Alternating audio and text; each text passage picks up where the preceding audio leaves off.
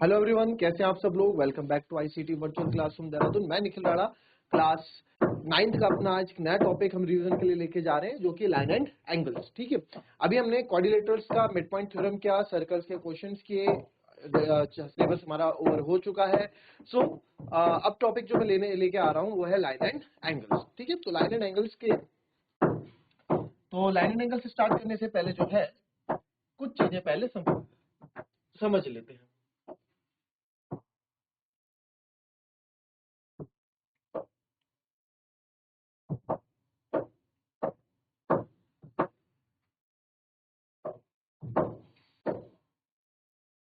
तो कुछ चीजें रिवाइज करा दूं आपको।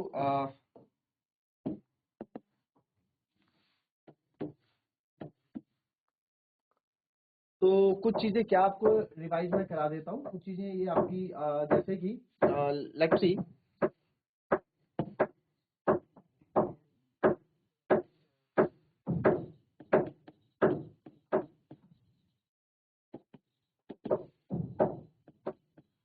Line and angles. ठीक है, रिवीजन चल रहा है इसका।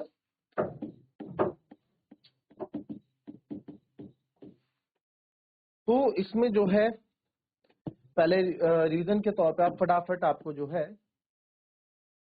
कौन कौन से एंगल्स होते हैं उनके बारे में हमने पहले पढ़ा हुआ है। एक बार फिर से जो है क्विक रिवीजन हम कर लेते हैं। Angle 1, angle 2, angle 3, angle 4, angle 5, angle 6, angle 7, angle 8। ठीक है, तो एंगल्स के नाम यहाँ फटाफट मैं लिख लेता हूँ। तो जैसे कि आपका सबसे पहले angle 1 is equals to angle 4, angle 2 is equals to angle 3 cross में होंगे, तो कौन से एंगल होंगे। Similarly angle 5 equals to angle 6 and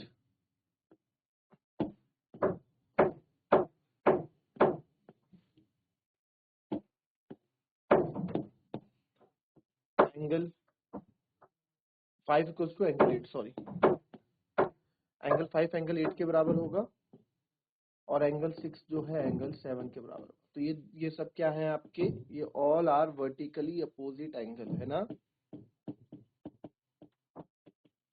vertically opposite angle, शीर्षाभिमुख कोण जिसको हम बोलते हैं।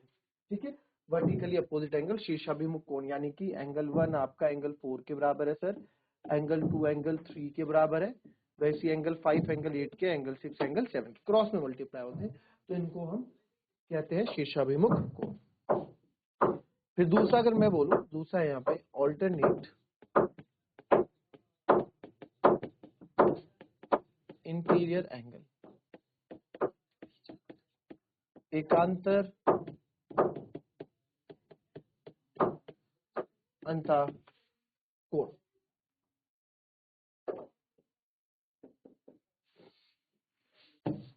ऑल्टरनेट इंटीरियर एंगल, एकांतर अंतः कोण कौन कौन से होंगे। मैंने आपको बताया था इंटीरियर एंगल की बात हो रही है, इंटीरियर एंगल की बात हो रही है, तो दैट मींस इंटीरियर एंगल कौन से, एंगल 3 एंगल 4 इंटीरियर और एंगल 5 एंगल 6 इंटीरियर, यानी कि इन्हीं के बारे में बात हो रही है ना। तो ऑल्टरनेट इंटीरियर एंगल कौन कौन से हो गए आपके, ऑल्टरनेट यानी कि 4 में 6 को छोड़ के 5वां क्रॉस में, या फिर 4 और 3 को छोड़ के कौन सा 5वां, कैसे भी आप समझ सकते हैं। ऑल्टरनेट 4 के बाद 6, ऑल्टरनेट मतलब एक छोड़ के यानी कि 5, एक ऑल्टरनेट मतलब एक छोड़ के, इधर से चलो 4 का 3, 3 का 5, एक छोड़ के जाए आप वर्टिकली जाओ चाहे हॉरिजॉन्टली जाओ, आएगा आपका इस वाले एंगल का यही आएगा। तो जैसे यहाँ पे हो गया 4 इक्वल्स टू एंगल 5, ये ऑल्टरनेट इंटीरियर एंगल होंगे और ये इक्वल भी होते हैं ना। आप पूछे 5 यानी कि एंगल 4 एंगल 5 हो गया, और साथ ही में ये इक्वल भी होते हैं, angle 4 is equals to angle 5। वैसे ही और कौन सा बनाएगा ऑल्टरनेट इंटीरियर एंगल आपका, और बनेगा सर ऑल्टरनेट इंटीरियर एंगल बनेगा हमारा ये वाला, कौन सा, एंगल 6 और एंगल 3। तो एंगल 6 एंड एंगल 3 भी, यानी कि एंगल 6 इक्वल्स टू एंगल 3, ये भी आपका क्या है, ऑल्टरनेट इंटीरियर एंगल है। ये भी क्या है, ऑल्टरनेट इंटीरियर एंगल है। ठीक है, फिर आ जाते हैं दूसरे पे। दूसरा आपका ऑल्टरनेट एक्सटीरियर एंगल, सेम वैसे ही होगा, बस एक्सटीरियर एंगल होंगे इसमें।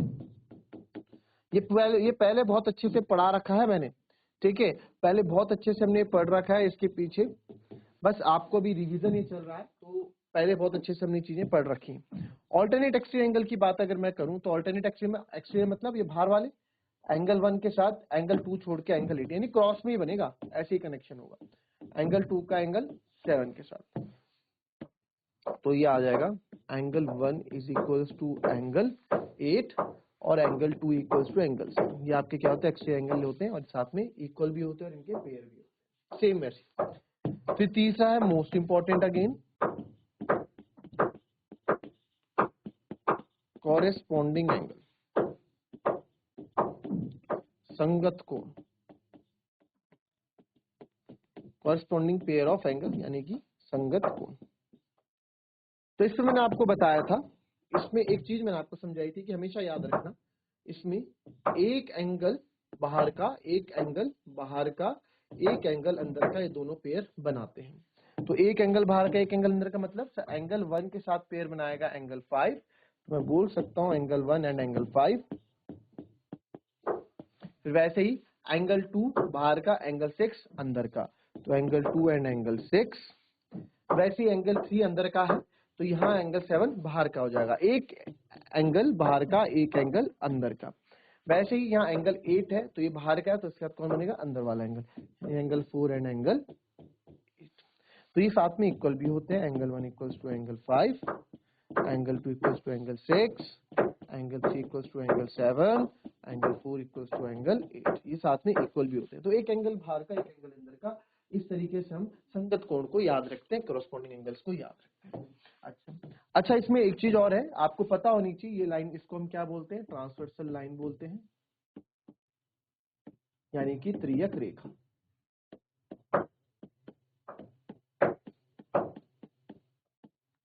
ट्रांसवर्सल लाइन क्या करती है, ट्रांसवर्सल लाइन से हमारे जो है, जो भी ट्रांसवर्सल लाइन कैसे कहते हैं, दो समांतर रेखाओं को, यानी कि दो पैरेलल लाइंस को काटने वाली लाइन को हम ट्रांसवर्सल लाइन कहते हैं। कि कभी भी कैसे भी किसी दो पैरेलल लाइंस को जो लाइन काटेगी उसको हम ट्रांसवर्सल लाइन कहेंगे, यानी कि उसको हम त्रियक रेखा कहते हैं। ठीक है, उसको हम त्रियक रेखा कहते हैं। ये बात हो गई, ठीक है सर। फिर फिर आप यहाँ देखें, एक और इम्पोर्टेंट यहाँ पे टॉपिक कौन सा है, the sum of two interior angles on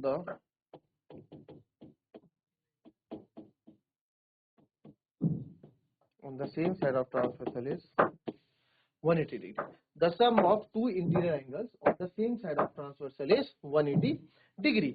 यानी कि the sum of two interior angles, दो interior angles का sum on the same side of transversal, transversal के same side पे, यानी कि त्रियक रेखा के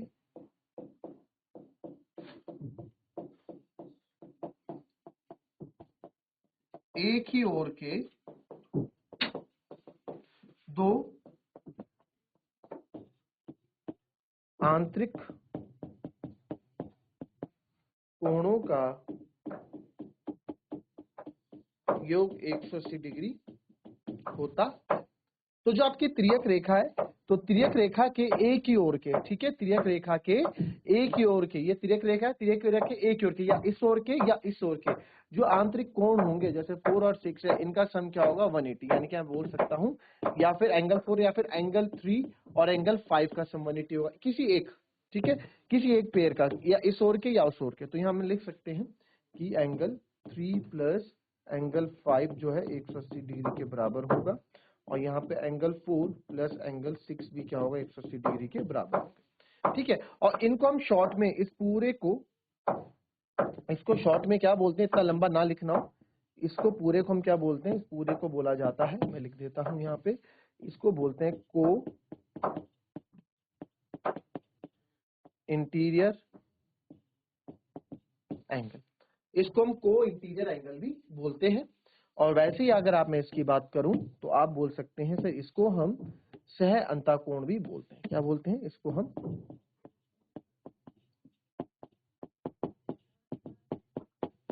सह अंतःकोण भी बोलते हैं। ठीक है, इतने पूरा ना लिखना हो, एक ही ओर के।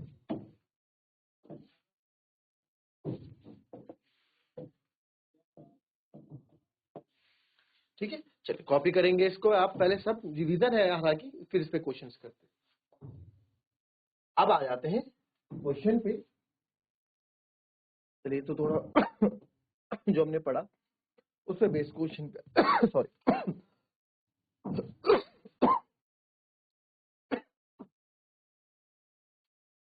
तो सबसे पहले तो ये आपके, अरे यार ये ग्रेटर देन साइन, ये एंगल है, ठीक है, इसको समझ जाना आप, एंगल है, सब जगह एंगल ही लिखना पड़ेगा इसको, साइन आता नहीं ना इसका।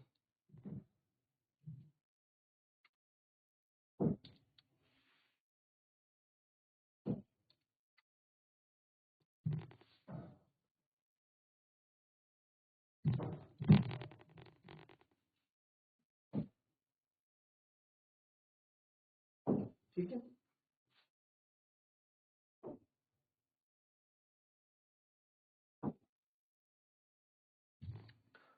Line A B and C D intersect at O. Line A B और सी डी ओ पे एक दूसरे को इंटरसेक्ट कर रही है, काट रही है।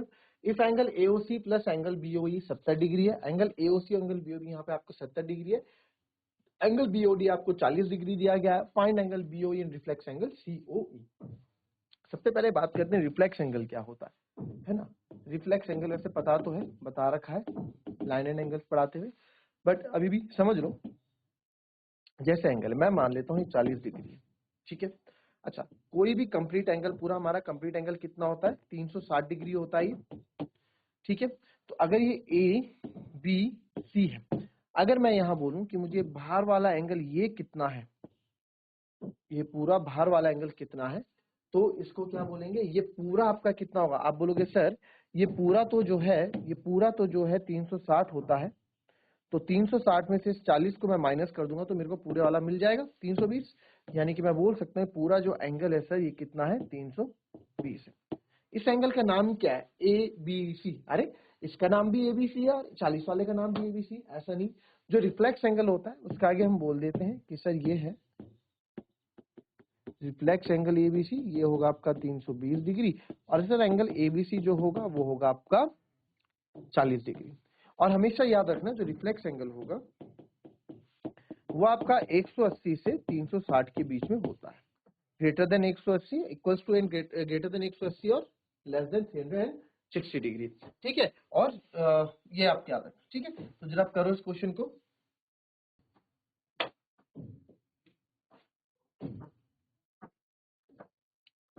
चलिए देखते हैं क्वेश्चन कैसे होगा। इफ ए इंटरसेक्ट हो, इफ एंगल एओसी गिवन क्या है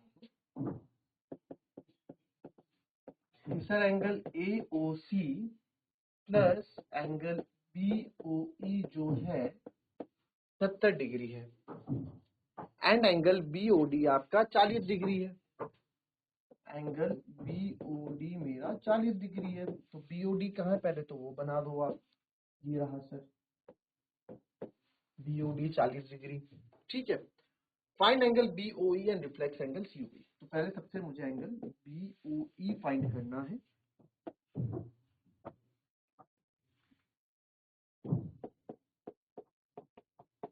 और साथ ही साथ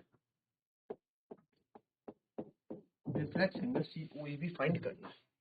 तो जो मुझे फाइंड करना है पहले उस पर नजर डालते हैं कौन कौन से। एक तो सर ये है एंगल बीओई, और रिफ्लेक्स एंगल सीओई यानी कि ये पूरा ये वाला भी हमको फाइंड आउट करना है, ठीक है। तो अब मेरे को ये पता है कि जो एओसी और बीओई है ना वो पूरे 70 डिग्री के हैं, है ना, वो पूरे मिला के जो है 70 डिग्री के हैं। बट मेरे को ये नहीं पता कि एंगल एओसी कितना है। तो एओसी को निकालने के लिए क्या कर सकते हैं, क्या कर सकते हो एओसी। देखो इस क्वेश्चन को ना काफी बच्चे दूसरे तरीके से भी करते हैं, जिसके दिमाग में बहुत बहुत बहुत से अप्रोचेस, बहुत सी अप्रोचेज है इसको करने की। जैसे कि आप इसमें ये देखो आपको इजी वे में बता देता हूँ। अगर ये 40 है तो सर ये भी 40 होगा, क्यों, क्योंकि वर्टिकली अपोजिट एंगल बन रहे हैं। क्योंकि सर अगर इस लाइन को हम यहाँ से आगे काटते हैं तो आप देखेंगे कि लाइन आगे बढ़ाते हैं तो वर्टिकली अपोजिट एंगल ये हमारा बन रहा है ना। तो इसको स्टार्ट करेंगे कि आप बोल सकते हैं कि सर एंगल AOC जो है आपका एंगल BOD के बराबर है। रीजन देंगे वर्टिकली अपोजिट एंगल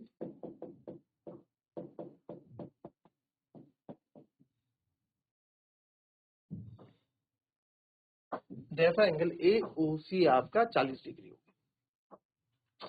ठीक है,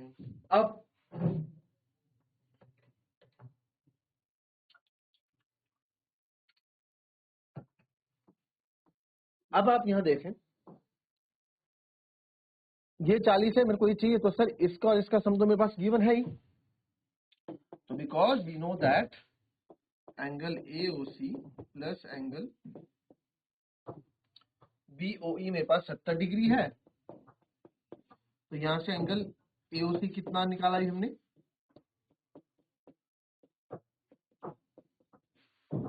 एंगल BOE जो है यहाँ आ जाएगा 30 डिग्री। 70 में से 40 गया, 30 डिग्री आ गया। ठीक है, हमने जो है BOE निकाल दिया। अब रिफ्लेक्स एंगल COE की बात है, रिफ्लेक्स एंगल COE की बात है। तो रिफ्लेक्स एंगल COE जो है, रिफ्लेक्स एंगल COE जो है, ये COE, ये निकालने के लिए पहले मेरे को एंगल COE पता होना चाहिए कितना है। पहले मुझे एंगल COE पता होना चाहिए कितना है, तभी तो निकाल पाऊंगा। ये कुछ ऐसा है ना, अगर ये कुछ ऐसा था, इसको लेटा दिया, तो अगर मुझे रिफ्लेक्स निकालना है तो ये निकालना है, तो यहाँ रिफ्लेक्स निकालना है तो ये निकालना होगा। तो उसके लिए मेरे को एंगल COE पता होना चाहिए कि एंगल COE है कितना। तो अब आप देखें, आपको एक चीज और याद दिला दूं कि कोई भी लाइन है, ये पूरा जो है स्ट्रेट एंगल कितना होता है बच्चों, 180 डिग्री होता है। लीनियर पेयर ऑफ एंगल इसको हम बोलते हैं। 180 डिग्री होता है ना पूरी स्ट्रेट लाइन का एंगल, चाहे वो कैसी बनी हो, चाहे ऐसी बनी हो तो भी 180, ऐसी बनी हो टेढ़ी, पर सीधी होनी चाहिए, ऐसी भी हो उल्टी टेढ़ी, ठीक है, स्लांटेड हो, तो होता तो ये क्या है 180 डिग्री। यहां से भी क्या है 180 डिग्री है। तो अब इसको जो है अगर मैं ऐसे ब्रेक कर दूं, ये तो मैं बोल सकता हूं यहाँ पे कि सर जो ये ABC आप मान लो, तो angle A plus angle B plus angle C मिलके 180 डिग्री बनाएंगे कि नहीं बनाएंगे? ये कॉन्सेप्ट याद आ गया होगा आप लोगों को मेरे ख्याल।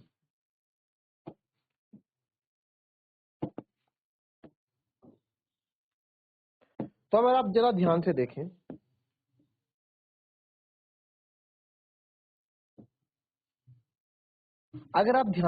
मैं ये वाला हटा देता हूं।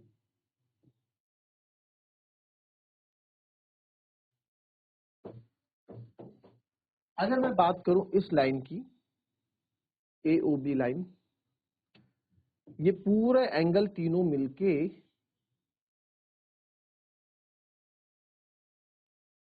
क्या ये 180 डिग्री नहीं बनाएंगे ना, 180 डिग्री बनाएंगे। तो वही चीज मैं यहाँ पे अब लिख सकता हूँ।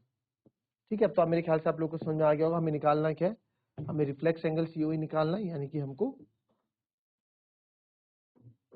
तो ये निकालना है। बट उसके लिए पहले मेरे को COE मालूम होना चाहिए, COE क्या है। तो जाइए लिखने का तरीका देखते हैं कैसे होगा। In line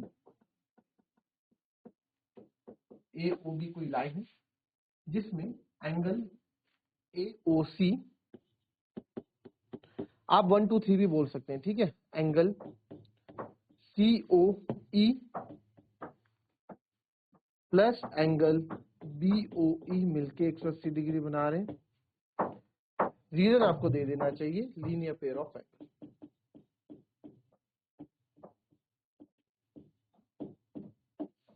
linear pair of angle, तो linear pair of angle, correct, okay. Linear pair of angle जो है, तो AOC आपका हो गया 40 plus angle COE plus angle BOE आपका हो गया BOE कितना था हमारा, 30 था ना ये भाई, अभी BOE निकाला था हमने 30। तो 40 और 30 70,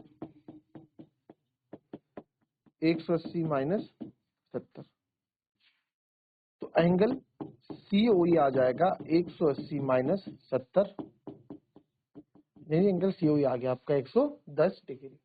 बट हमको जो पूछा है, हमको क्या पूछा, हमको तो रिफ्लेक्स एंगल COE पूछा है जी, तो रिफ्लेक्स एंगल COE निकालेंगे। तो रिफ्लेक्स एंगल COE क्या होता है, हमेशा 360 माइनस एंगल COE हम करते हैं पूरे से, तो 360 माइनस 110 करेंगे, तो 0 में से 6 में से 1 5 आ गया 250 डिग्री। तो देयरफॉर